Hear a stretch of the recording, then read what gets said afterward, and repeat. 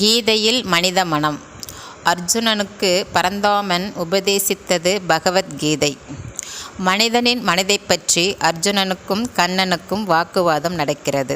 கண்ணன் சொல்கிறான், அர்ஜுனா, எவன் தன்னையே உதாரணமாக கொண்டு இன்ப துன்பங்களை இரண்டையும் சமமாக பார்க்கிறானோ அந்த யோகிதான் சிறந்தவன் என்பது துணிவு.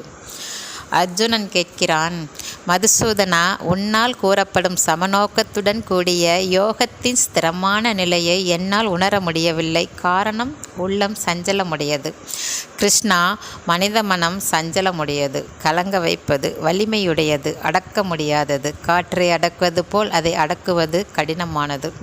பகவான் கூறுகிறான், தோல்வலி படைத்த காண்டீபா, மனம் அடக்க முடியாதது, சலனமடைவது, இதில் ஐயமில்லை. ஆனால் குந்தியின் மகனே, பழக்கத்தால் அதை அடக்க முடியும். இதையே ராமகிருஷ்ண பரமஹம்சர் இப்படி கூறுகிறார், கீழே கொட்டிய கடுகை பொறுக்கி எடுப்பது வெகு சிரமம். அதுபோல பல திசைகளிலும் ஓடும் மனதை ஒருமைப்படுத்துவது எளிதன்று. ஆனால் வைராகியத்தால் அதை சாதித்துவிட முடியும். மனித மனதின் சலனங்களை சபலங்களை எப்படி அடக்குவது என்பது பற்றி பரந்தாமன் அர்ஜுனனுக்கு உபதேசித்த பகுதி பகவத்கீதையின் தியான யோகமாகும். கவிஞனுக்கும் வேடனுக்கும் சாத்தியமான மனதின் ஒருமுக நிலையை மற்றவர்களும் பெற முடியும். அதாவது ஒன்றையே நினைத்தல். அந்த லயம் கிட்டிவிட்டால் புலன்களும் பொறிகளும் செயலற்று போகின்றன. வாயின் சுவை உணர்வு, நாசியின் மன உணர்வு, கண்களின் காட்சி உணர்வு, செவியின் ஒலி உணர்வு, பிற அங்கங்களின் பரிச உணர்வு அனைத்தையும் அடித்து போட்டுவிட்டு புலியை கொன்ற வேடன் போல் மனது கம்பீரமாக நிமிர்ந்து நிற்கிறது. அதுதான் சரியான லயம்.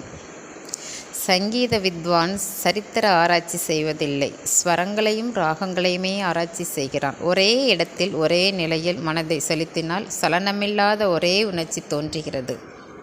ஒரு கதை உண்டு. ஒரு தாய் தனது 1 மாத கை குழந்தையோடு தரையில் பாயுரித்து படுத்திருந்தாள். அப்போது அவளுக்கு கொஞ்சம் தூரத்தில் பாம்பு வந்து நின்றது. பாம்பை கண்ட உறவினர்கள் பதறினார்கள், துடித்தார்கள். அந்த பாம்பு குழந்தையையும் தாயையும் கடித்துவிடப் போகிறதே என்று பார்த்தார்கள். தாயின் பெயரை சொல்லி சத்தமிட்டார்கள். தாய் எழவில்லை. ஓங்கி தடியால் அடித்தார்கள். அப்பொழுதும் அவள் எழவில்லை.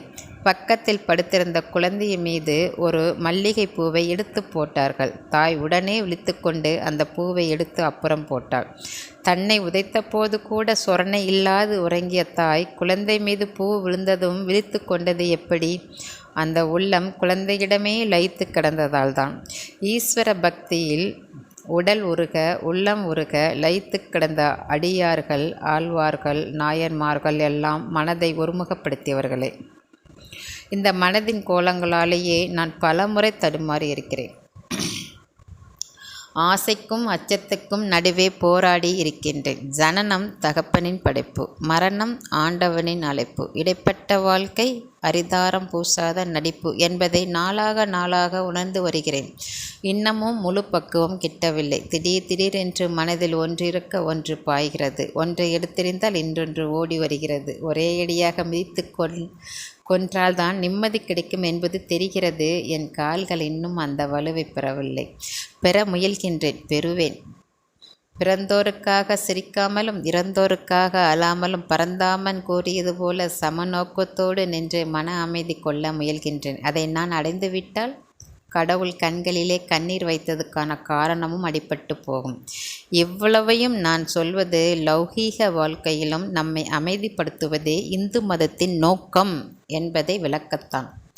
லௌகீக வாழ்க்கையை செப்பனிடும் இந்து மத கருவிகளில் பகவத்கீதையும் ஒன்று என்பதுதான் என் துணிவு. படித்ததில் பிடித்தது அர்த்தமுள்ள இந்து மதம். கண்ணதாசன்.